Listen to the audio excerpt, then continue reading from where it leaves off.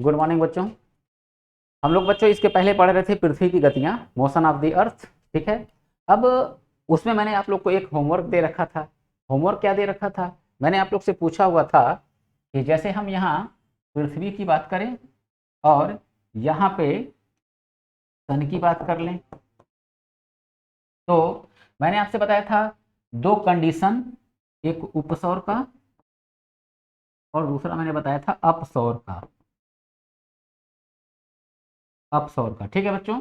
उपसौर जो है कब? ये उपसौर जो है 3 जनवरी, और अपसौर जो है ये 4 जुलाई को। तो मैंने आप लोग से क्वेश्चन पूछा था कि अच्छा बच्चों, जब सूर्य पृथ्वी के सर्वाधिक नजदीक रहता है, कब? 3 जनवरी को। ठीक है, 3 जनवरी को सर्वाधिक नजदीक रहता है। तो अब जब सर्वाधिक नजदीक है तो उस कंडीशन में भी हमारे वहां पे, ठीक है, ठंडी ज्यादा क्यों पड़ती है? जनवरी के टाइम में नजदीक है तो गर्मी होना चाहिए। मैंने यही आप लोग को होमवर्क में दिया था। ठीक है, तो इसका बहुत साधारण सा जवाब है बच्चों। यहाँ इसको इस तरह से समझ लो, ठीक है, कि ऐसा क्यों होता है। ठीक है, अब देखो यहाँ हम बात करें कि भारत की स्थिति कुछ यहाँ इस तरह से है।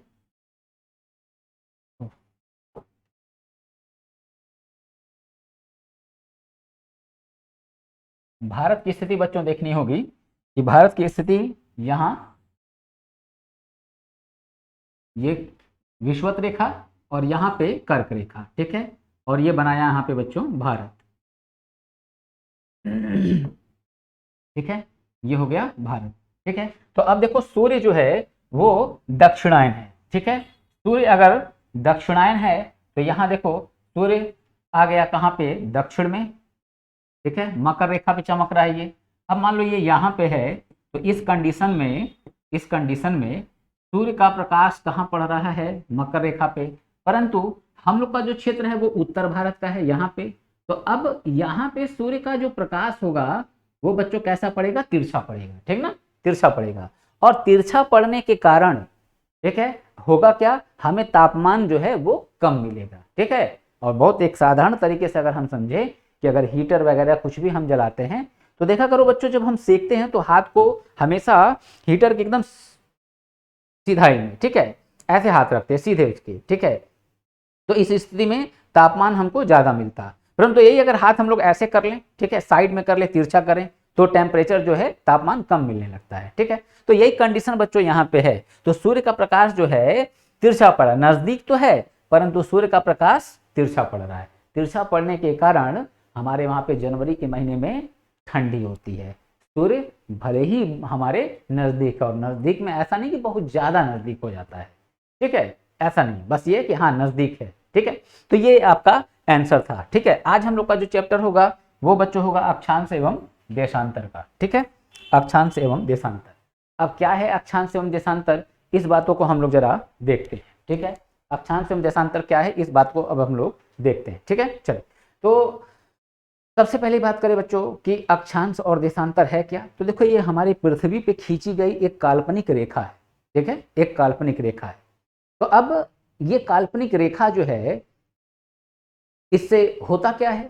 तो अब इससे बच्चों देखो कि जो अक्षांश रेखाएं बनाई गई हैं, उन अक्षांश रेखाओं से हमें ये पता चलता है कि हमारे वायुयान, ठीक है, मिसाइल वगैरह, ठीक है, वो कहाँ पे किस जगह पे हैं। अब जैसे जहाज ऊपर उड़ रहा है, उसको अगर उतरना है कहाँ? दिल्ली। चला अमेरिका से, उसको उतरना है दिल्ली।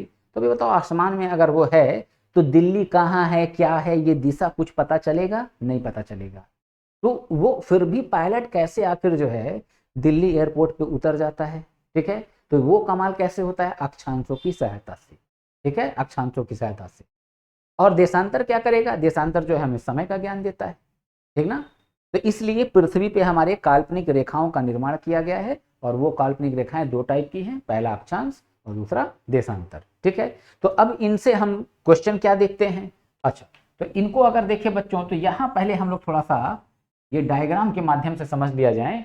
तो ये मैंने एक क्या किया, पृथ्वी का यहाँ पे ग्लोब बना दिया। ठीक है, और ग्लोब जब बनाए तो यहाँ से देखो एक ऐसे मैंने रेखा यहाँ पे खींच दिया। ठीक है, एक रेखा मैंने यहाँ पे खींचा। ठीक, तो अब ये क्या है, ये 0 डिग्री, इसको हम कहेंगे विषुवत रेखा, ठीक है, विषुवत रेखा, ठीक है, इसको भूमध्य रेखा भी बोलेंगे, भूमध्य रेखा, ठीक है, यानी इसको हम इक्वेटर भी कहते हैं, इक्वेटर, ठीक है, तो ये इक्वेटर भी कहलाता है। तो अब देखो ये इक्वेटर, अब इसके ऊपर जो है यहां हम देखें तो एक रेखा और 23.5 डिग्री पे, ठीक है, जिसको हम क्या बोलेंगे बच्चों, जिसको हम बोलेंगे कर्क रेखा, और फिर जस्ट यहाँ नीचे 23.5 डिग्री पे इसको हम क्या बोलेंगे, इसको हम बोलेंगे बच्चों मकर रेखा, मकर रेखा, ठीक है। अब ध्यान रखना, ये पृथ्वी को, ये रेखा जो है पृथ्वी को क्या कर रहा है, 2 बराबर भागों में बांट दे रहा है। ये ऊपर वाला जो पार्ट है ये कहला रहा है बच्चों क्या, उत्तरी गोलार्ध, और जो नीचे वाला पार्ट है यहां से विषुवत रेखा के, ये कहला रहा है दक्षिणी गोलार्ध, ठीक है। तो अब अगर हम बात करें यहाँ पे कि भारत कहाँ पे स्थित है, उत्तरी गोलार्ध या दक्षिणी गोलार्ध, पूर्वी गोलार्ध या पश्चिमी गोलार्ध, साधारण सा आंसर हमारा है कि सर कहाँ स्थित है, उत्तरी गोलार्ध में, ठीक। बट क्वेश्चन को अगर ऐसे कह दिया कि भारत कहाँ पे स्थित है, और ऑप्शन में अगर बच्चों एक ऑप्शन आपको ये मिल गया कि उत्तर, उत्तर पूर्वी गोलार्ध, ठीक ना, उत्तर पूर्वी, ठीक है, तो उत्तर पूर्वी गोलार्ध जो है ये हमारा सही आंसर होगा। कैसे, क्योंकि यहां से एक रेखा जो है सीधा यहां आती है, ठीक है, और इसको हम क्या बोलते हैं, इसको हम बोलते हैं विषुवत रेखा, सॉरी इसको हम बोलते हैं, एक मिनट, ठीक है, इसको हम क्या बोलेंगे, इसको बोलेंगे प्रधान, प्रधान याम्योत्तर रेखा, याम्योत्तर रेखा, और ये जो सभी रेखाएं हैं इनको हम क्या बोलते हैं बच्चों, देशांतर, ठीक ना, देशांतर। तो 0 डिग्री की जो रेखा है मेनली इसको हम क्या बोलते हैं, प्रधान याम्योत्तर रेखा, ठीक है, और सभी ये जो 360 रेखाएं जो होंगी उनको हम क्या बोलेंगे, देशांतर। तो अब देखो ये 0 डिग्री देशांतर या प्रधान याम्योत्तर रेखा ने क्या किया, इसने पृथ्वी को पूर्वी गोलार्ध, अब ये ऐसे हो गया पूर्वी गोलार्ध और ये पश्चिमी गोलार्ध, तो पूर्वी गोलार्ध और पश्चिमी गोलार्ध में बांट दिया। अब भारत की स्थिति कहाँ है, अब भारत की स्थिति बच्चों यहां है,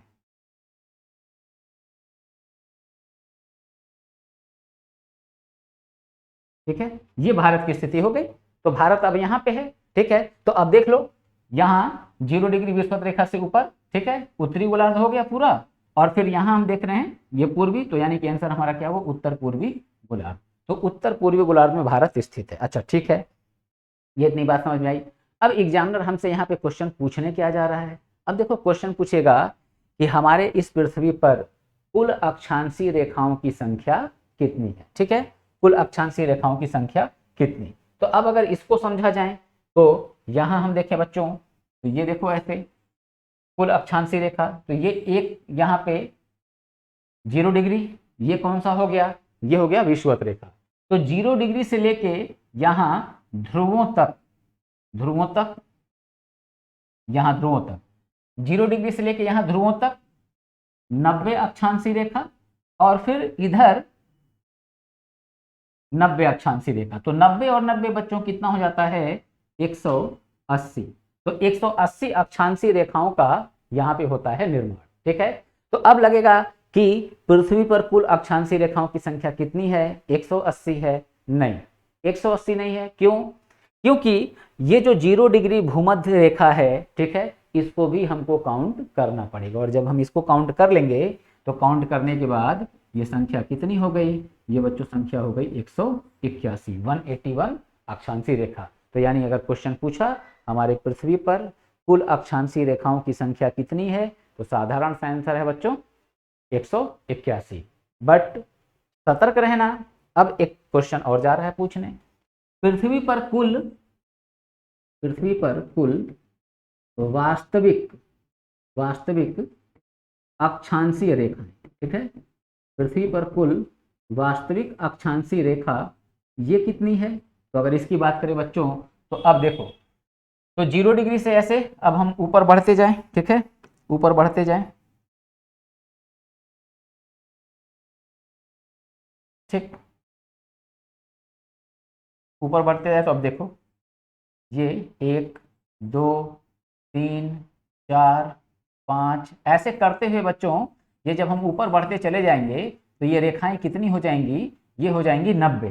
ठीक है, और फिर यही नीचे जब हम आएंगे तो ऐसे ही 90 हमको नीचे भी रेखाएं मिलेंगी। ठीक है, वृत्त मिलेंगे। तो ये जो 90 नीचे वृत्त मिला और 90 उत्तरी गोलार्ध में ऊपर वृत्त मिला, इस 90 को मिला के 180 और 0 इसको मिला के 181, ये तो बात ठीक है। परंतु जब यहाँ बच्चों आते हैं हम तो ये देखो ये यहाँ पे आके पॉइंट का रूप धारण कर लेता है बच्चों, समझ लो ना, यहाँ पे आके ये पॉइंट का रूप धारण कर लिया। अब जब पॉइंट का रूप धारण कर लिया तो इसको हम वृत्त में काउंट नहीं करते हैं। तो जब वृत्त में काउंट नहीं करेंगे तो एक ये दक्षिणी ध्रुव और दूसरा उत्तरी ध्रुव, यहाँ पे ये जो पॉइंट बन है इन्हीं को क्या करते हैं, माइनस कर देते हैं। तो जब हम माइनस कर देंगे तो ये हमारा आंसर कितना हो गया, 179। ठीक ना। तो अगर पूछा पृथ्वी पर कुल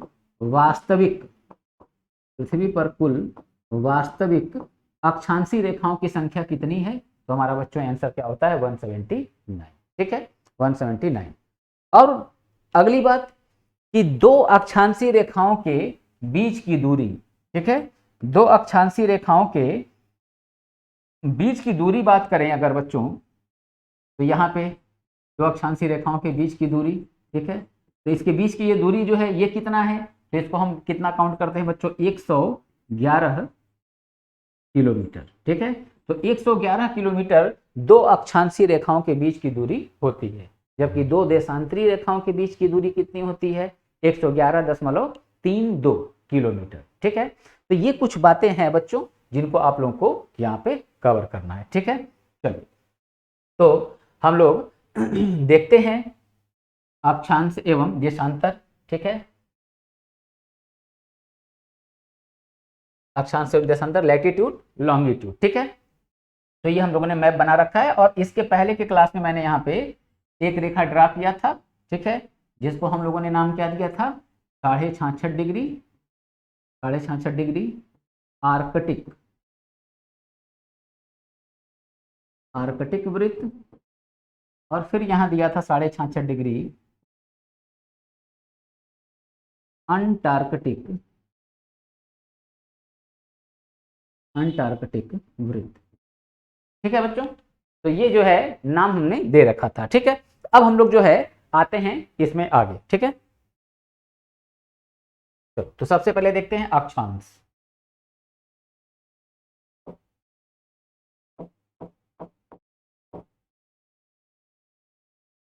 अक्षांश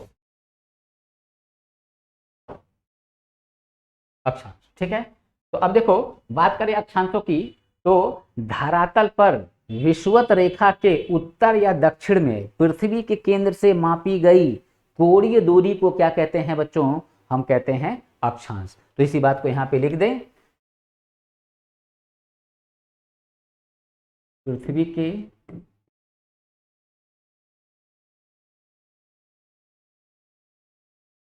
धरातल पर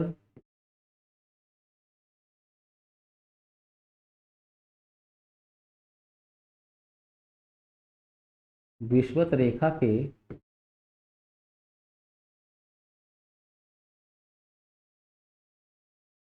उत्तर एवं दक्षिण में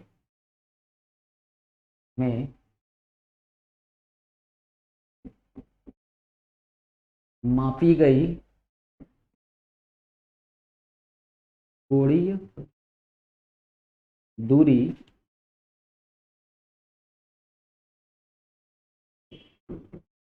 अक्षांश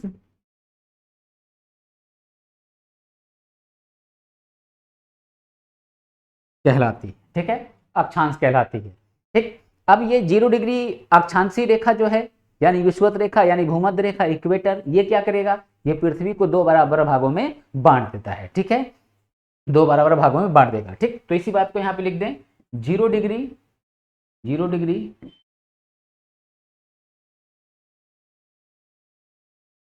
अक्षांशीय रेखा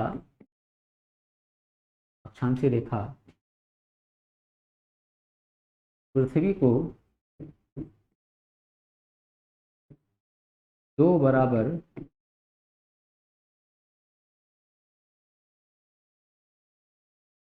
भागों में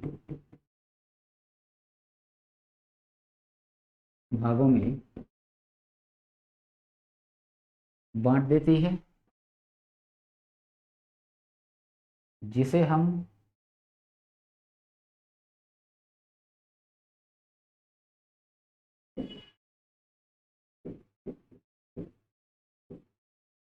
अक्षांशीय रेखा कहते हैं, अक्षांशीय रेखा कहते हैं, या विषुवत रेखा,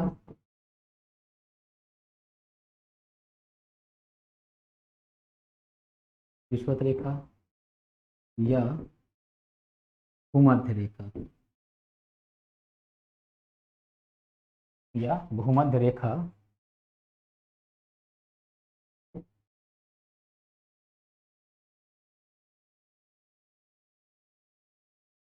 भूमध्य रेखा कहते हैं। ठीक है बच्चों, तो ये हो गया हमारा अक्षांश का यहाँ पे डेफिनेशन। ठीक है, तो अब विषुवत रेखा से, ठीक है, ध्रुवों तक, ठीक है, अनेक वृत्तों का निर्माण होगा।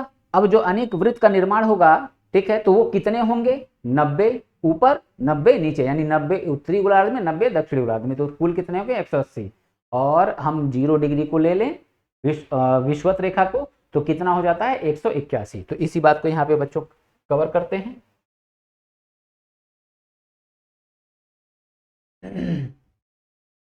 0 डिग्री भूमध्य रेखा के उत्तर एवं दक्षिण में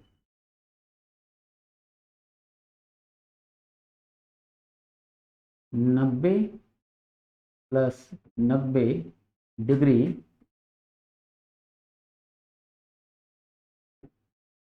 अक्षांशीय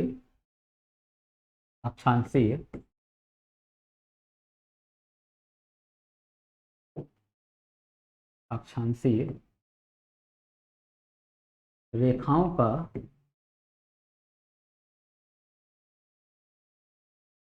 निर्माण किया गया है।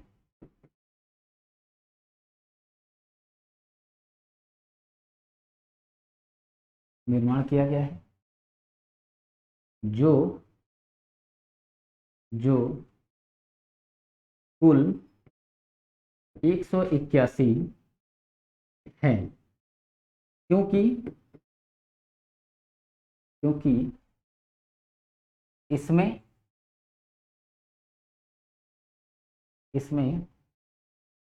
0 डिग्री विषुवत रेखा को भी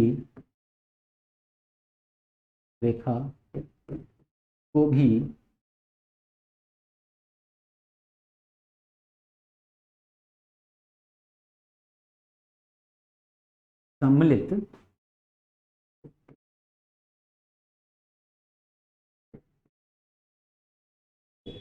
किया गया है। ठीक है, सम्मिलित किया गया है। तो ये बात बच्चों यहाँ पे क्लियर होती है। ठीक है, तो 181 कुल रेखा। ठीक, अब फिर याद करो डायग्राम। ठीक है, 179। ठीक है, तो 179 कैसे हुआ, इस बात को यहाँ पे कवर करते हैं आप। ठीक है, 0 डिग्री भूमध्य रेखा के ऊपर, या हम इसको उत्तर दक्षिण लिखते हैं बच्चों, भूमध्य रेखा के उत्तर एवं दक्षिण में, ध्रुवों को वृत्त के रूप में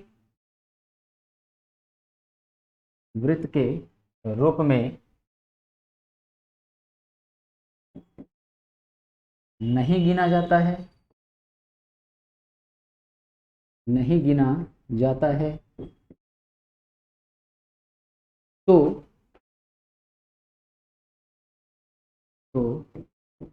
वास्तविक वास्तविक अक्षांशीय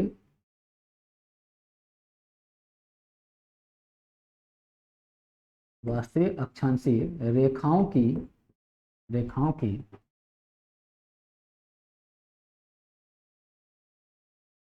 संख्या 179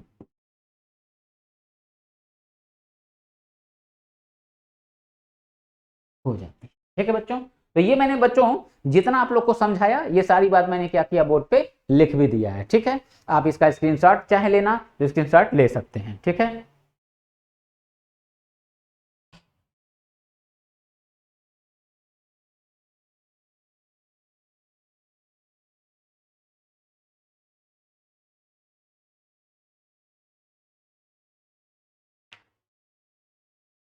चलिए हो गया।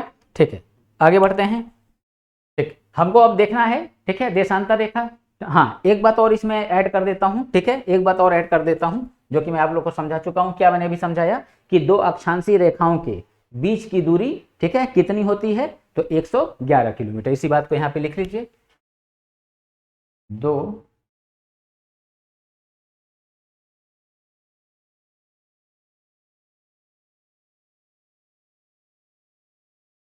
अक्षांशीय रेखाओं के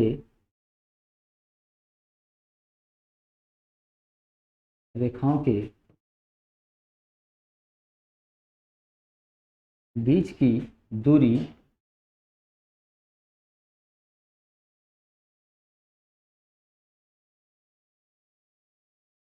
111 किलोमीटर होती है। ठीक है, 111 किलोमीटर होती है।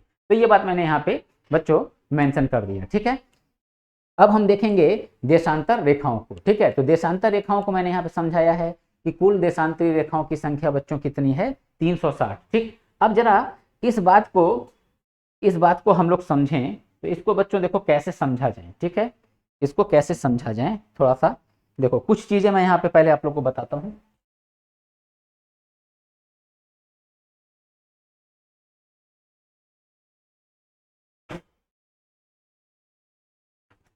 ठीक है, चलो अच्छा, कुछ चीजें मैं बताता हूँ यहाँ पे बच्चों। ठीक है, देखो जैसे कि ये एक गोल संरचना है बच्चों।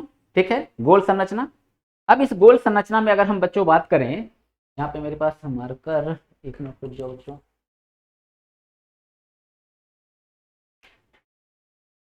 ठीक है, हो जाएगा काम। ठीक है बच्चों, अब देखो 111 किलोमीटर अक्षांशीय रेखाओं के बीच की दूरी, दो देशांतरी रेखाओं के बीच की दूरी कितनी होगी, 111.32 किलोमीटर। ठीक है, अब देखो यहाँ पे देशांतरी रेखा जो है, देशांतरी रेखा, ये देशांतरी रेखा देखो, देशांतरी रेखा हमारे पृथ्वी पर, ठीक है, ऐसे ये खींचे गए हैं। ठीक है, और ये देखो कुछ इस तरह से स्क्रीन के सामने ऐसे मैं दिखाऊं। ठीक है, ये ऐसे करके ये इधर भी, ठीक है, इधर भी ऐसे आया है। ठीक है, मैं पीछे से लेके फिर आगे आता हूं। ठीक है, ये देखो ऐसे, तो इधर जो है ये, ठीक है, तो ये क्या हो गया बच्चों, ये हो जाता है हमारा देशांतरी रेखा। ठीक है, देशांतरी रेखा। ठीक, अब ये ऐसे ही पूरा पूरा पृथ्वी पर ऐसे ये खींचा गया है। ठीक है, पूरा पृथ्वी पर ऐसे खींचा गया है। ठीक, ये कुछ इस तरह से देखो खींचा गया है। तो अब बच्चों ये देखो, ये कुछ इस तरह से संरचना हो गई। ठीक है, कुछ इस तरह से अब ये खींचा गया है पृथ्वी पे चारों तरफ, देशांतरी रेखा। तो अब जरा यहां तुम लोग समझना इस बात को। ठीक है, इस बात को जरा समझना। देखो कहते हैं कि इसमें ये जो देशांतरी रेखा है, ये देशांतरी, सभी देशांतरी रेखाओं को महान वृत्त कहते हैं। ठीक ना, महान वृत्त या ग्रेट ग्रेट सर्किल बोलते हैं। अच्छा, अब मैटर आता है बच्चों, महान वृत्त या ग्रेट सर्किल बोलते क्यों? ठीक है, जबकि अक्षांशीय रेखाओं को महान वृत्त या ग्रेट सर्किल नहीं बोला जाता है। क्यों नहीं बोला जाता है, समझना। देखो अक्षांशीय रेखाओं की स्थिति अगर समझोगे अक्षांशीय रेखाओं की, तो अक्षांशीय रेखा क्या करता है, पृथ्वी को, ये देखो यहां से अगर दो बराबर भागों में बांटा, ठीक ना, विषुवत रेखा, ठीक ना, 0 डिग्री अक्षांशीय रेखा पृथ्वी को दो बराबर भागों में बांट रहा है, मगर सारे अक्षांशीय रेखा पृथ्वी को दो बराबर भागों में नहीं बांटेंगे, ठीक ना, ये सारे अक्षांशीय रेखा जो है पृथ्वी को दो बराबर भागों में नहीं बांट पाएंगे, ठीक है, इसलिए इनको महानवृत्त नहीं कहते, जबकि देशांतरी रेखा ये कार्य कर लेते हैं। कैसे, चलो मान लो मैंने कहा ये पृथ्वी को एकदम बीच से बांट रहा है, ठीक, तो यहां अगर मैंने कहा कि ये अगर ऐसे बांट रहा है पृथ्वी को दो बराबर भागों में, ठीक, तो ये मान लो अगर यहां घुमा दूं ऐसे, ये भी तो बांटने लगा, ठीक है, ये भी तो बांटने लगा, फिर घुमा दे, चलो अब ये देखो ये भी तो बांटने लगा, तो इसलिए जो देशांतरी रेखा है, ठीक है, इनको हम महानवृत्त या ग्रेट सर्किल बोलते हैं, ठीक है। तो कभी कभी बच्चों एग्जाम में जब ये पूछता है ना कि क्यों अक्षांशीय रेखाओं को महानवृत्त नहीं कहते हैं, ठीक है, जबकि देशांतरी रेखाओं को महानवृत्त कहते हैं, तो बड़ा आसान सा आंसर है, बस हम जाने रहे, समझे रहे, इंफॉर्मेशन एक हमारे पास या कॉन्सेप्ट हमारे पास हो, ठीक है, बस वही बात हो गई कि अक्षांशीय रेखा पृथ्वी को दो बराबर भागों में नहीं बांटता है, जबकि देशांतरी रेखा, सभी देशांतरी रेखा पृथ्वी को दो बराबर भागों में बांट देती हैं, इसलिए हम इनको क्या बोलते हैं बच्चों, ग्रेट सर्किल या महान वृत्त कहते हैं, ठीक है। तो जो मेन अक्षांशीय देशांतरी रेखा है, ठीक है, वो कहां से डिसाइड हुआ है, कहां से गुजरा हुआ माना गया है, ठीक है, तो वो लंदन से माना गया, और लंदन में कहा, ग्रीनविच वेधशाला जो है वहां से माना गया है, क्योंकि बच्चों वो जो दौर था ना, ठीक है, वो जो दौर था करीब 1884 का टाइम, ठीक है, 1884 का, तो बच्चों उस समय ब्रिटेन जो है, ब्रिटेन पूरी दुनिया में सबसे ज्यादा उपनिवेश अगर किसी के थे, ब्रिटेन के थे, और कहते थे कि ब्रिटेन का सूरज कभी अस्त नहीं होता, समझ गए ना, तो ब्रिटेन का प्रभाव पूरी दुनिया में बहुत ज्यादा था, जैसे आज हम देखते हैं ना अमेरिका का प्रभाव पूरी दुनिया में बहुत ज्यादा है, वैसे ही एक टाइम था बच्चों कि ब्रिटेन का प्रभाव जो है पूरी दुनिया में काफी ज्यादा था, तो इसलिए जब ग्रीनविच रेखा के, जब ये 0 डिग्री देशांतर रेखा या प्रधान याम्योत्तर रेखा के निर्णय की बात आई, तो ब्रिटेन का प्रभाव रहा, और वो कहां से खींचा गया, वो खींचा गया लंदन से, यानी कि ब्रिटेन से, ठीक है, और ग्रीनविच से, ठीक है, तो इसीलिए हम 0 डिग्री देशांतर रेखा को ग्रीनविच रेखा भी कहते हैं, ठीक है। तो अब इसमें बच्चों क्या क्या बात हम लोगों को नोट करनी है, तो जो बात नोट करनी है वो बात मैंने आप लोगों को यहाँ पे समझा दिया है, इसके पहले बोर्ड पे भी समझा दिया है, ठीक है। चलो तो इसको हम लोग देखते हैं, तो यहाँ पे एक हेडिंग डालें,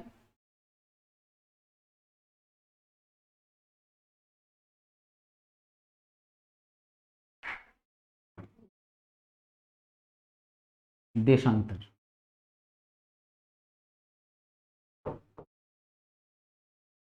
ठीक है, देशांतर लॉन्गिट्यूड, ठीक है।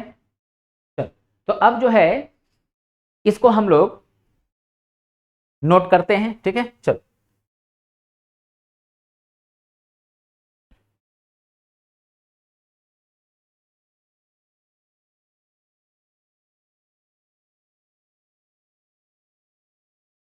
यहाँ से इसको, ठीक,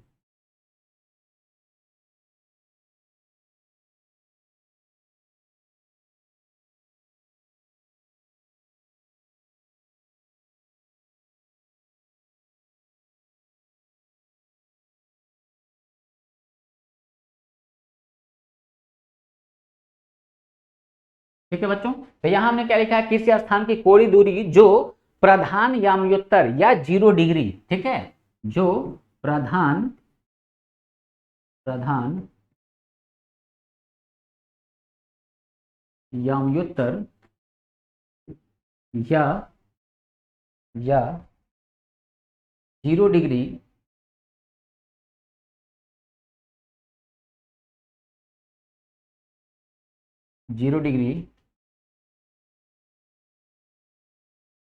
देशांतर के पूरब एवं पश्चिम में में खींची जाती है। ठीक है, तो बच्चों यहाँ देखो, पूर्व या पश्चिम, पूर्व मत लिखा करो, बहुत लोग देखते हैं पूर्व लिख देते हैं, पूर्व मतलब पहले, ठीक ना, पूर्व पूर्व नहीं लिखना है, पूर्व या पश्चिम। ठीक है, तो पूर्व या पश्चिम में, ठीक है, तो पूर्व या पश्चिम में खींची जाती है उसे, उसे देशांतरी, देशांतरी रेखा,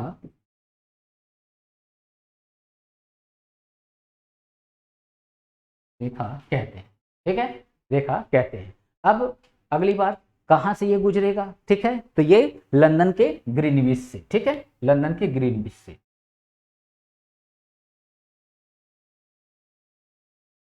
यह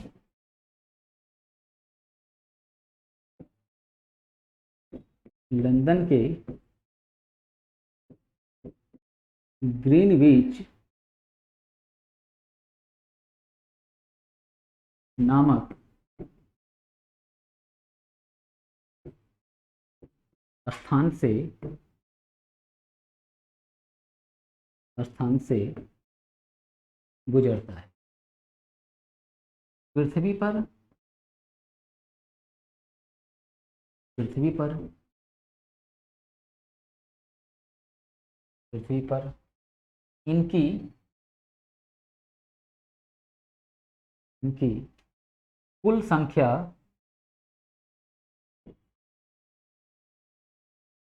कुल संख्या 360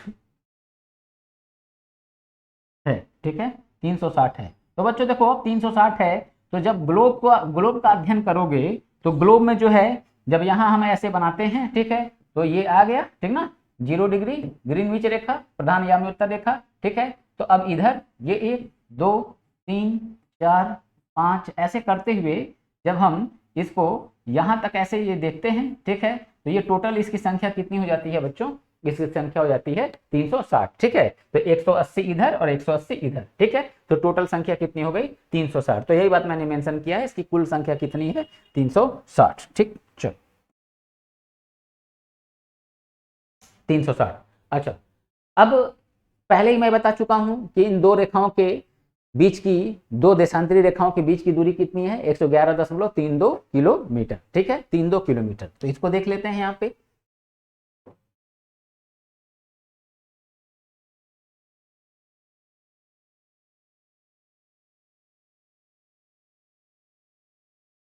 दो अक्षांशीय रेखाओं के बीच की, बीच की दूरी 111.32 किलोमीटर है। ठीक है, 32 किलोमीटर है। ठीक है, तो ये बातें यहाँ पे क्लियर हुई। अच्छा, अब इसके पहले मैंने क्या बात बताई थी? ग्रेट सर्किल वाली बात। ठीक है, तो अब देखो अगला पॉइंट,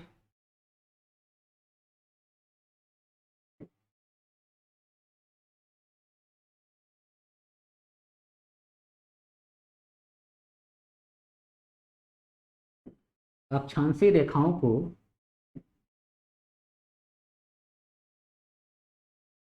महानवृत्त या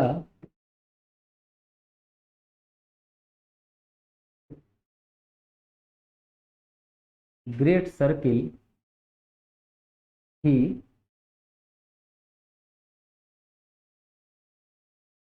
कहते हैं, कहते हैं।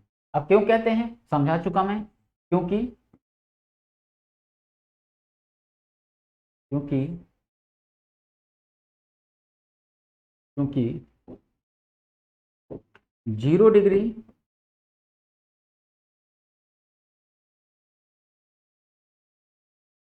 अक्षांशीय रेखा ही, रेखा ही पृथ्वी को,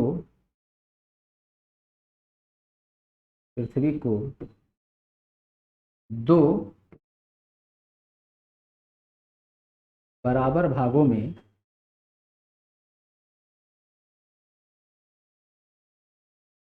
दो बराबर भागों में बांटती है।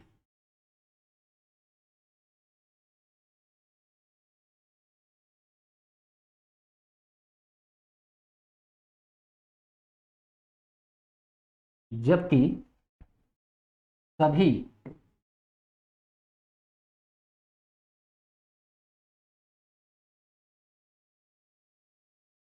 देशांतरीय रेखा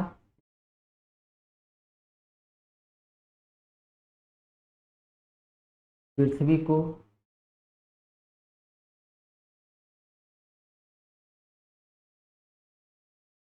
दो बराबर दो बराबर भागों में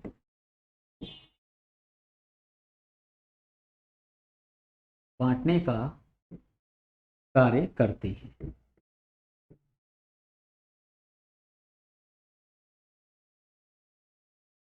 कार्य करती है, ठीक है।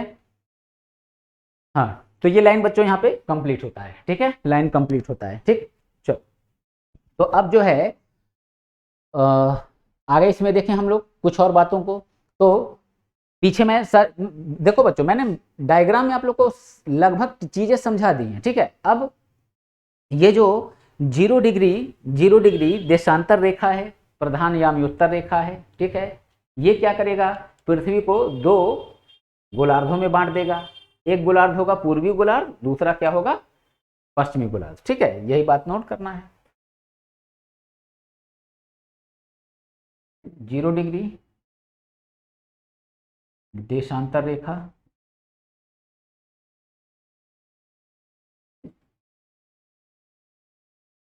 देशांतर रेखा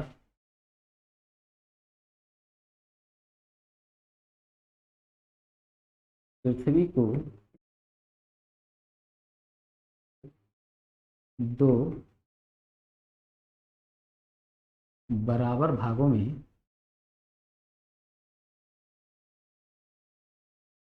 बांटती है।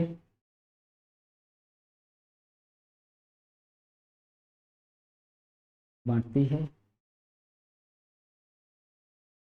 एक भाग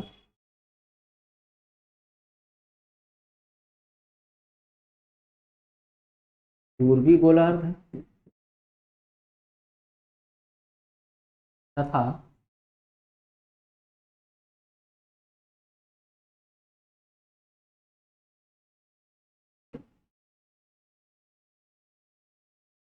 दूसरा भाग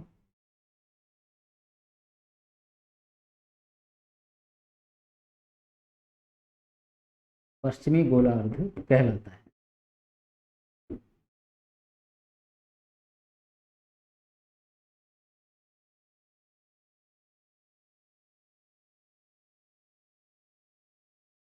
पश्चिमी गोलार्ध कहलाता है, ठीक है बच्चों। तो यहाँ तक के पॉइंट्स बच्चों यहाँ पे क्लियर होते हैं, ठीक है, क्लियर होते हैं। चलो अब देखो, अब कुछ चीजों को बच्चों मैं यहाँ पे बताना चाहूंगा, ठीक है, आप लोग को। अब देखो,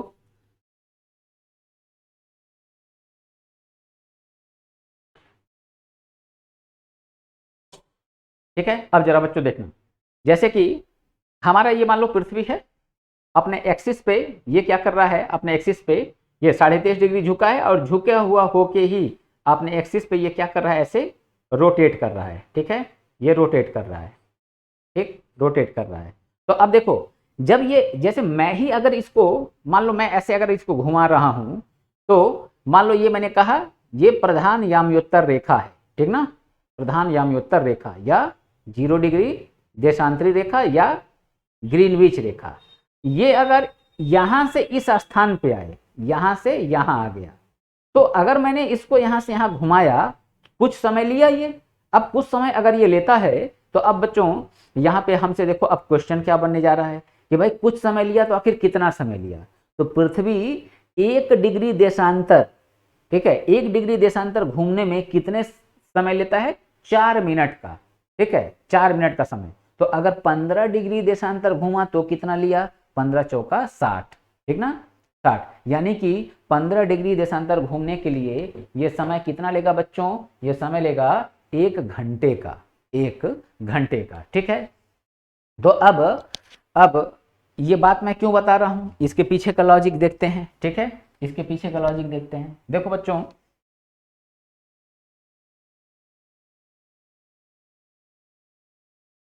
एक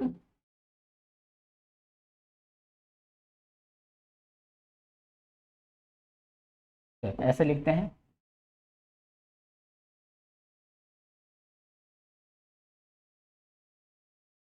पृथ्वी को 1 डिग्री देशांतरी, पृथ्वी को 1 डिग्री देशांतरी दूरी तय करने में, तय करने में तय करने में 4 मिनट का,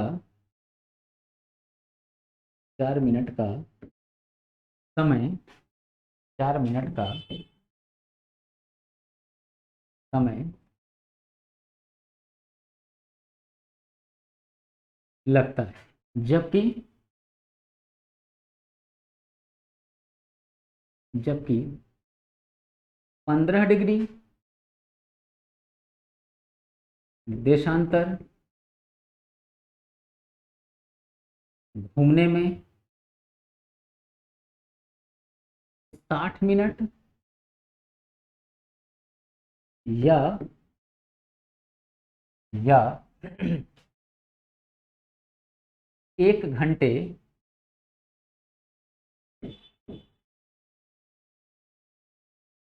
का समय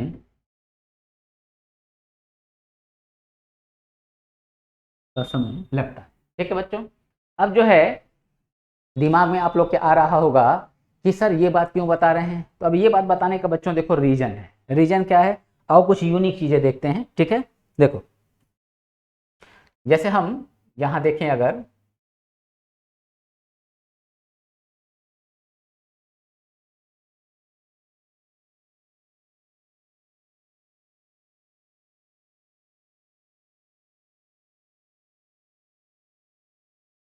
ठीक है, चलो अब देखो यहां अगर हम देखें तो अब देखो हम लोग को एक बात मालूम है, यहाँ एक डायग्राम बनाते हैं बच्चों। जैसे ऐसे आप कल्पना करो कि पृथ्वी हमारी गोल है इस गोल पृथ्वी को हमने क्या किया है, खोल के ऐसे जो है इसको बड़ा कर दिया है, चौड़ा कर दिया है। ठीक, इस तरह से। ठीक है, यहां बना के बताते हैं।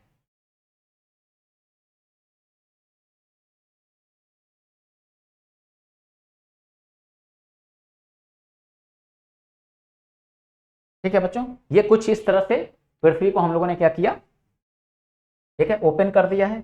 और यहां पे बच्चों 0 डिग्री, ठीक है, प्रधान याम्योत्तर रेखा, या हम लिख दें 0 डिग्री देशांतर रेखा। ठीक है, या हम कह दें ग्रीनविच, ग्रीनविच रेखा। ठीक है, अब बच्चों देखो मैं यहां आप लोग को अब बताने क्या जा रहा हूं, मैं यहां आप लोग को बताने जा रहा हूं समय निकालना, कैसे समय निकालते हैं। ठीक है, इसका यहाँ पे चर्चा करना है। ठीक, देखो है जैसे है यहाँ पे कि सूर्य हमारा जो है बच्चों, सूर्य सूर्य हमारा देखो बच्चों इधर है, यहाँ। ठीक है, सूर्य हमारा यहाँ है, और ये मान लो पृथ्वी ये गोल है, तो पृथ्वी पश्चिम से पूर्व घूमती है। ठीक है, ये तो मैं बता चुका हूं पृथ्वी के गतियों में, पश्चिम से पूर्व। तो पश्चिम से पूर्व घूम रहा है, तो जो भाग पूर्व में है सबसे पहले सूर्य का प्रकाश वही प्राप्त करेगा। तो सूर्य का प्रकाश जो सबसे पहले प्राप्त करेगा, इसका मतलब वहां पे उजाला भी सबसे पहले होगा, यानी दिन भी वहां पे सबसे पहले होगा। और ये घूम रहा है 23 घंटे 56 मिनट 4 सेकंड का समय ले रहा है। ठीक है, यानी 24 घंटे का समय ले रहा है। तो अब घूमते हुए यहां तक का जो पार्ट है, ये भी तो एक समय में यहाँ पे आएगा सूर्य के सामने। तो देखो बच्चों क्या है, इधर बढ़ने पे, इधर ऐसे यहाँ अगर हम बढ़ रहे हैं तो यहाँ क्या होगा, यहाँ समय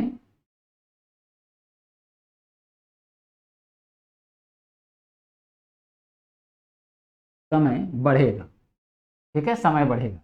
और इधर पीछे जाने पे क्या होगा बच्चों,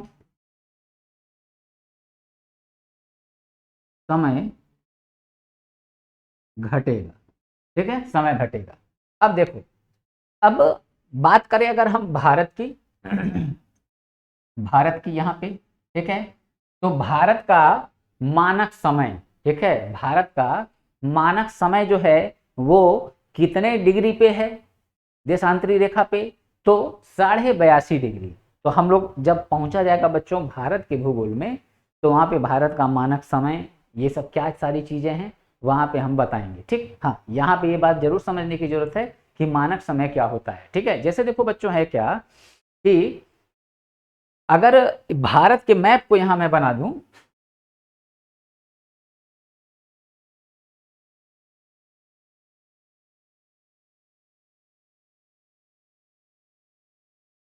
ठीक है, भारत के मैप को बनाऊं यहां, तो अब देखो भारत की अंतिम स्थिति पूरब में, इसका अंतिम छोर यहां पे आ जा रहा है, और ये एक यहां पे, ठीक ना, ये दो जगह हो गए, ठीक है। तो अब देखो मानक समय बनाने से होता क्या है, जैसे यहां 0 डिग्री और भारत की ये जो स्थिति है, ठीक है, भारत की जो स्थिति है 37.5 पे, ठीक है, 37.5 डिग्री याम्योत्तर रेखा। तो अब बच्चों समस्या क्या हो रही है, ठीक है, समस्या क्या हो रही है? अब देखो समस्या यहाँ पे ये हो रहा है कि जब मानक समय नहीं बनाया जाएगा तो उससे यहां और यहां में दूरी का डिफरेंट बहुत ज्यादा होगा, समय का डिफरेंट बहुत ज्यादा होगा, दूरी का नहीं, समय का डिफरेंट जो है वो बहुत ज्यादा हो जाएगा, ठीक है।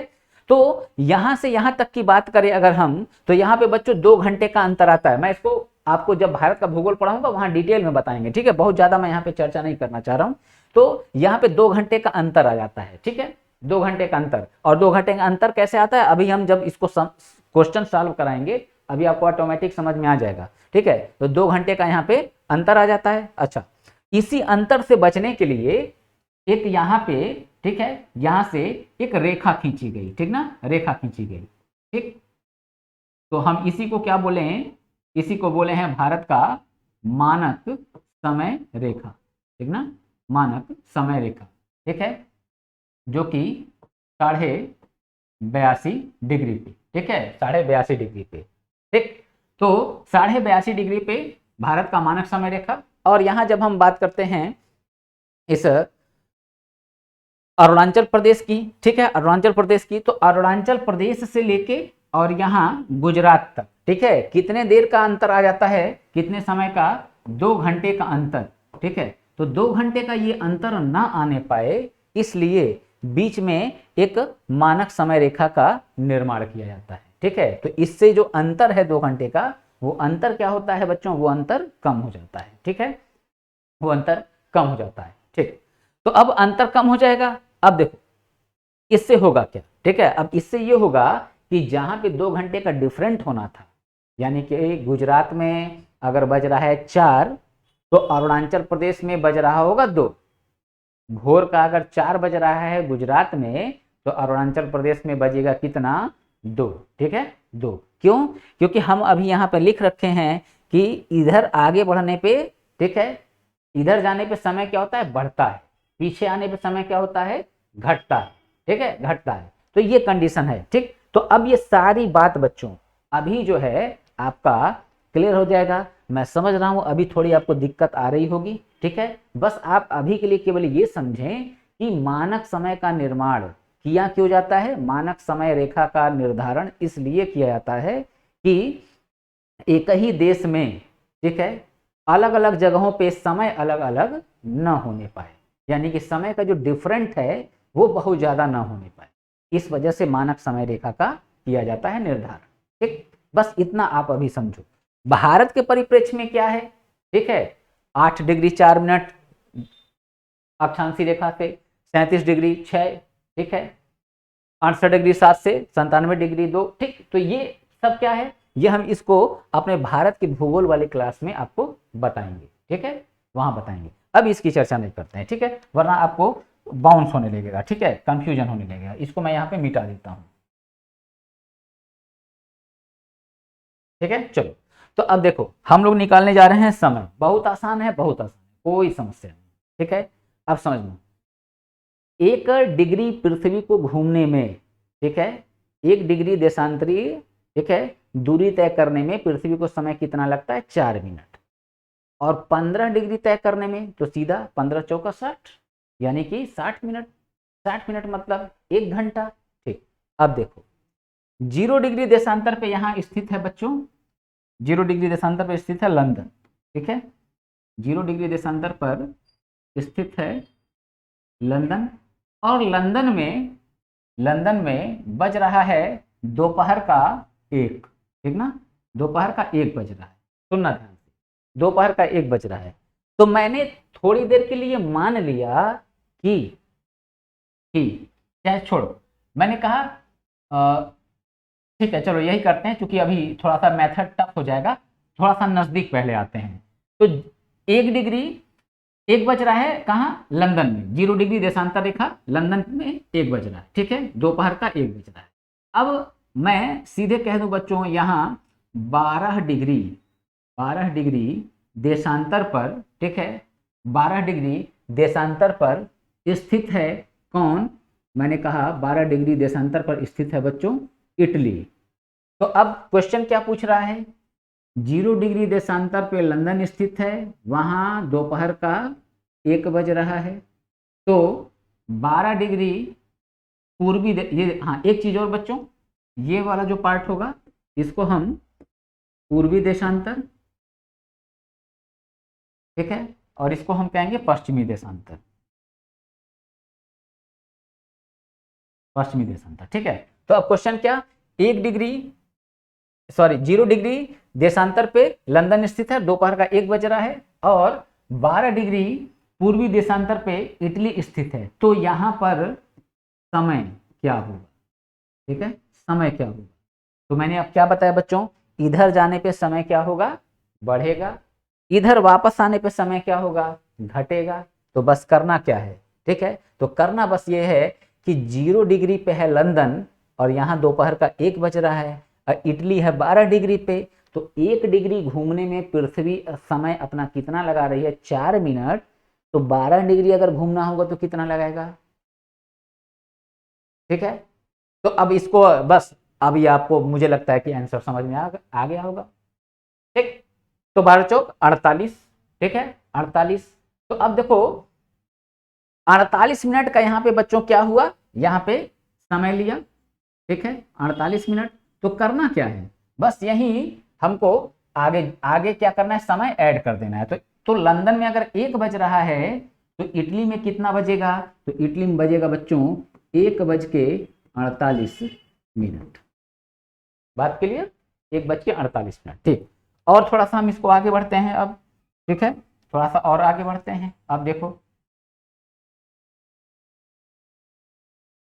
ठीक है, चलो अब और आगे बढ़ते हैं, अभी और ज्यादा क्लियर हो जाएगा। अब बच्चों देखो, हम पूर्वी देशांतर में हैं। मैंने कहा यहाँ पे 10 डिग्री पूर्वी देशांतर पर, ठीक है, जर्मनी स्थित है।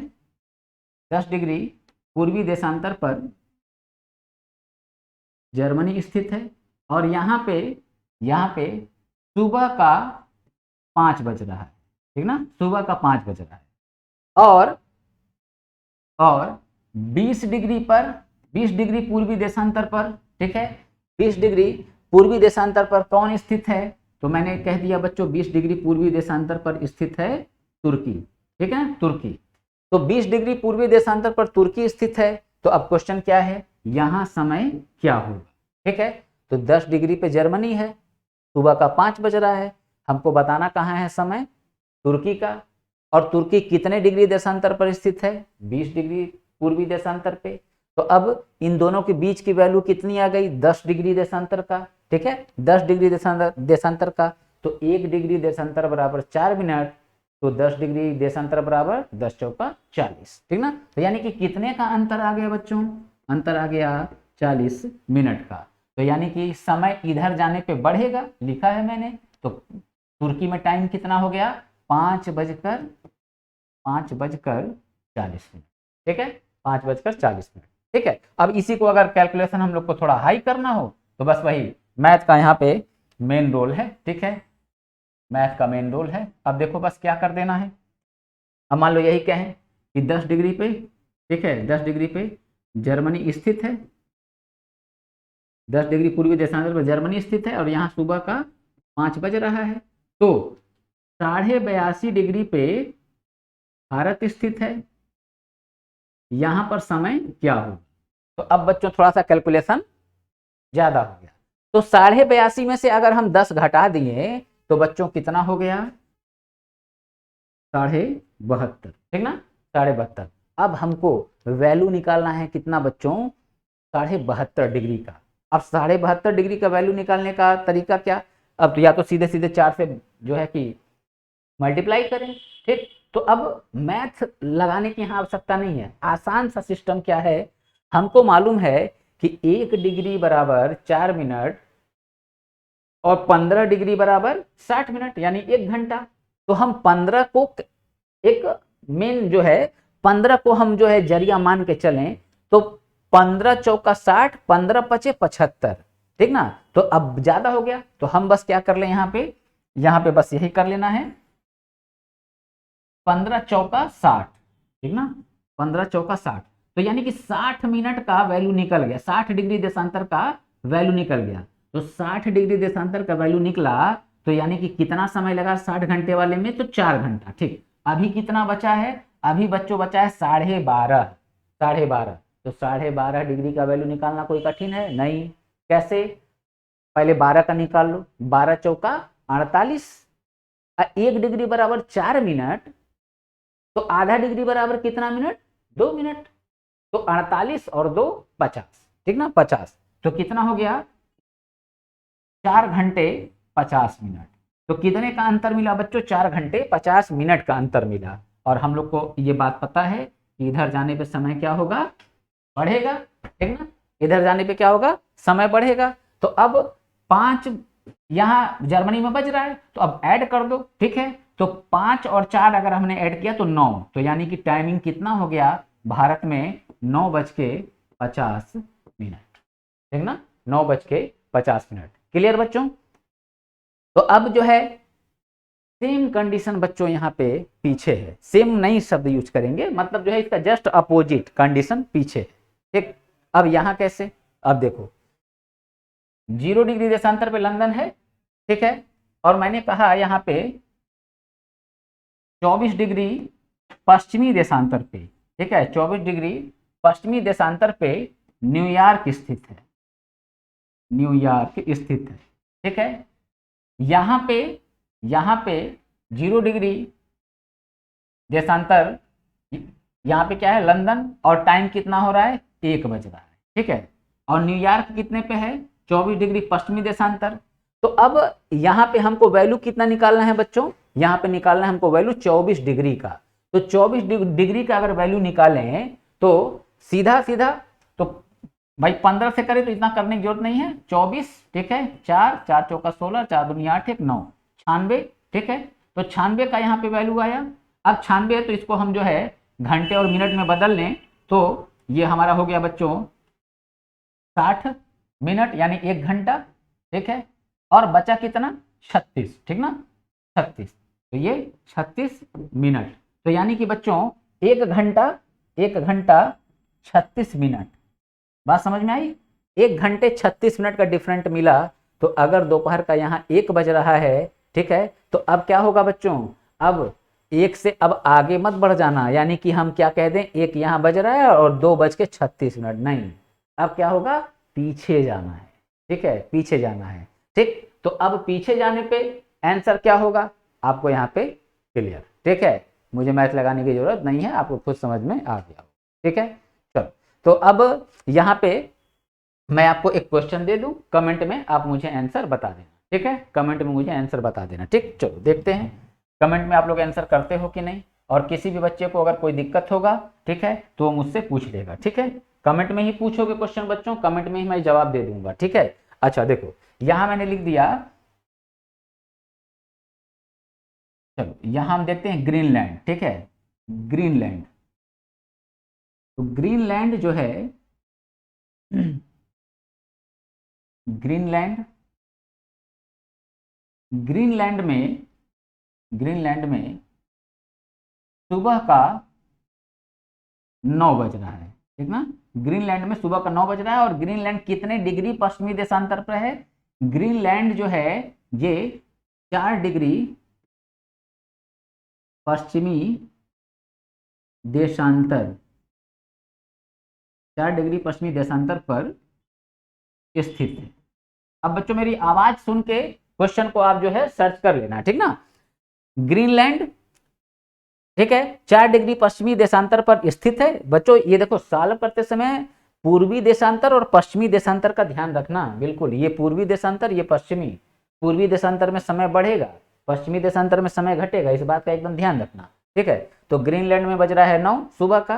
ग्रीनलैंड कितने डिग्री पे स्थित है? 4 डिग्री पश्चिमी देशांतर। तो यहां मैंने लिख दिया 45 डिग्री पश्चिमी देशांतर पर सैन फ्रांसिस्को